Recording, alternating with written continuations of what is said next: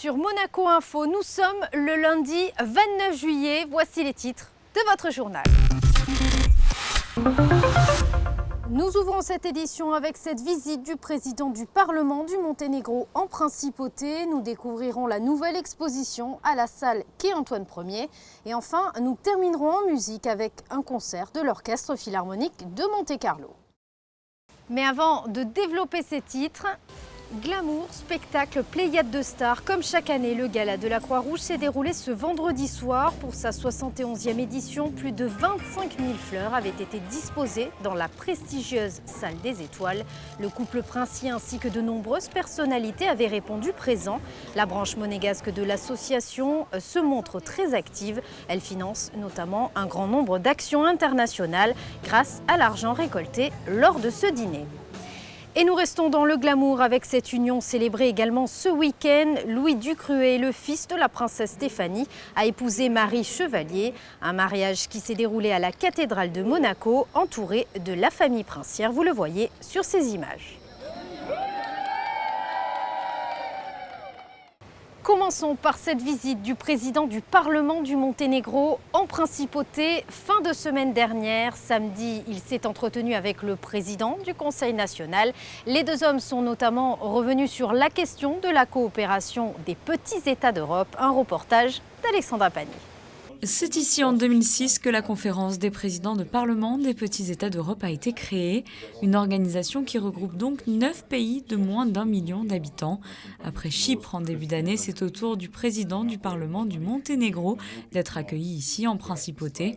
Stéphane Valéry souhaitait aborder avec lui notamment l'organisation à Monaco de la conférence en 2021, mais également évoquer des sujets de coopération. On a en effet beaucoup d'intérêts communs et ce matin on a regardé un petit peu le poids des petits États dans les instances parlementaires internationales. On se rend compte par exemple qu'au Conseil de l'Europe, à l'Assemblée parlementaire, si nous unissons les voix des 9 petits États, nous avons autant de voix qu'un grand pays comme la Russie ou comme la France. Donc on a convenu de réunir régulièrement nos chefs de délégation pour mieux coordonner dans l'année effectivement les intérêts des petits États et les voix des petits États. Et puis, il y a bien sûr beaucoup à faire au niveau de la coopération économique. Donc je demanderai à un certain nombre de chefs d'entreprise de Monaco qui ont un intérêt pour ça, de venir lors de la conférence qu'on va faire au Monténégro donc, en 2020 pour regarder avec la Chambre de commerce du Monténégro donc un certain nombre d'opportunités de coopération et d'investissement entre nos entreprises. Le Monténégro est un pays tourné également vers le tourisme qui pourrait séduire les résidents monégasques. De nombreuses pistes d'intérêt commun ont été soulevées lors de cet échange. Cette année, nous avons organisé les Jeux des petits États d'Europe et nous avons eu l'honneur de la visite du prince Albert II pour l'ouverture. La coopération est excellente, au niveau parlementaire mais également dans les affaires. L'Association des présidents de Parlement des petits États d'Europe se réunit régulièrement. La coopération avec Monaco, mais aussi avec les autres États, contribue à la stabilité et au transfert de toutes les valeurs économiques européennes que nous souhaitons promouvoir. Rappelons que la conférence des présidents de Parlement des petits États d'Europe a pour objectif d'unir ces 9 pays sur des questions d'intérêt commun afin qu'ils puissent être entendus sur la scène internationale. La salle du Quai Antoine Ier accueille jusqu'au 22 août prochain Surréaline, un panel de photographie contemporaine signé de 6 artistes sur le thème des filiations surréalistes. Plus d'explications avec Benjamin Belay. Des filiations surréalistes dans la photographie contemporaine. C'est avec ce thème en tête que Martin Fresia et Jörg Bader ont créé l'exposition Surrealines. Cette dernière met en avant le travail de 6 artistes photographes qui ont pour particularité d'utiliser des techniques que l'on retrouve dans le surréalisme. De faire une exposition avec des photographies qui peuvent être lues en lien avec l'actuelle exposition Dali au Forum Grimaldi, c'est-à-dire de penser comment les lignes de force du surréalisme ont pu continuer dans la création photographique d'aujourd'hui.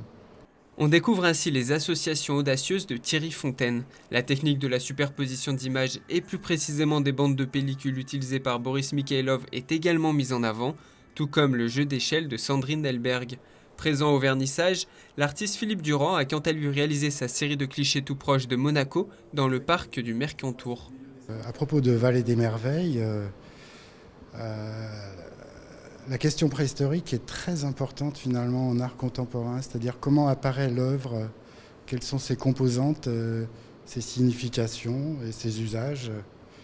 Donc le départ de ce travail sur Vallée des Merveilles 2, c'était ça. Comment est-ce qu'on peut rembobiner l'histoire de l'œuvre d'art ? Clou de l'exposition, le visiteur ne peut manquer le mur de regard de Michel François. Impossible également de ne pas être saisi de suspense, voire de peur suite aux œuvres d'Agnès Geoffrey. Surrealign s'inscrit ainsi pleinement dans l'univers du surréalisme en faisant la part belle à la création et en la libérant de toute contrainte. Et terminons en musique avec le 60e anniversaire des concerts de l'Orchestre Philharmonique de Monte-Carlo. Ce dimanche, Beethoven était à l'honneur avec le pianiste Nelson Frère. José Sacré vous en dit plus.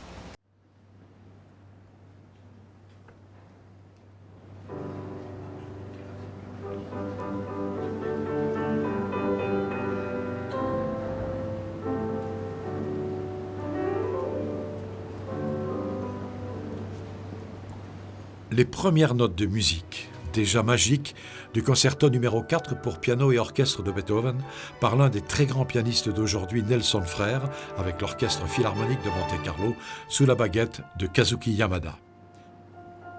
So we are so honored to take this anniversary year. Nous sommes très honorés de célébrer cet anniversaire, les 60 ans des concerts du Palais, avec l'Orchestre Philharmonique de Monte-Carlo. C'est un moment fantastique pour tout le monde. Ici, l'atmosphère est spéciale, c'est toujours très beau, même si l'acoustique n'est pas très facile, mais nous sommes très honorés et nous réfléchissons déjà aux futurs concerts que nous donnerons ici.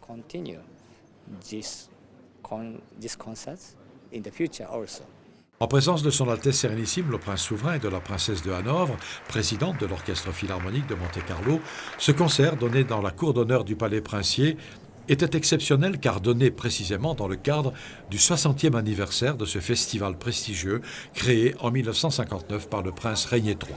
Ce dimanche 28 juillet, ce concert à guichet fermé était diffusé en direct par la chaîne franco-allemande Arte TV et sera présenté ultérieurement sur Arte France. En raison du dispositif technique, caméra, micro, éclairage pour la captation d'Arte, impossible pour nous de nous déplacer pour réaliser un reportage complet sur cette soirée sans gêner la réalisation de ce concert qui n'avait pas pu être répété la veille en raison d'un violent orage. Nous avons tout de même pu saisir quelques minutes de ce concert, quelques minutes seulement du troisième mouvement du concerto numéro 4 pour piano et orchestre de Beethoven avec Nelson Frère.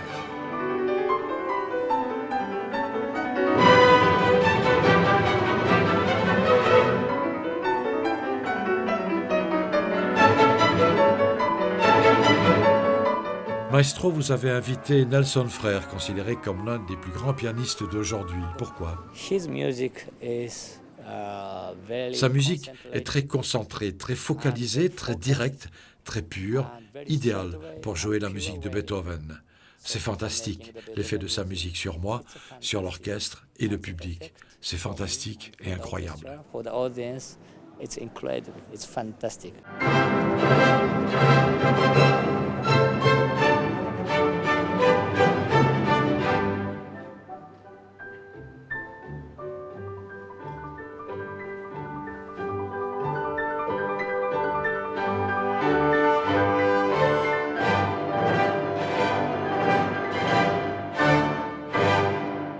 Ce concert sera redonné mardi 30 juillet par l'Orchestre Philharmonique de Monte-Carlo sous la direction de Kazuki Yamada avec Nelson Frère au Festival de la Rolde d'Enterran.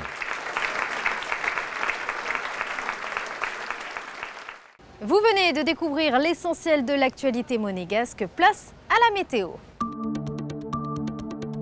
Après un week-end marqué par le retour de la pluie, la semaine qui débute se présentera sous de bien meilleurs auspices.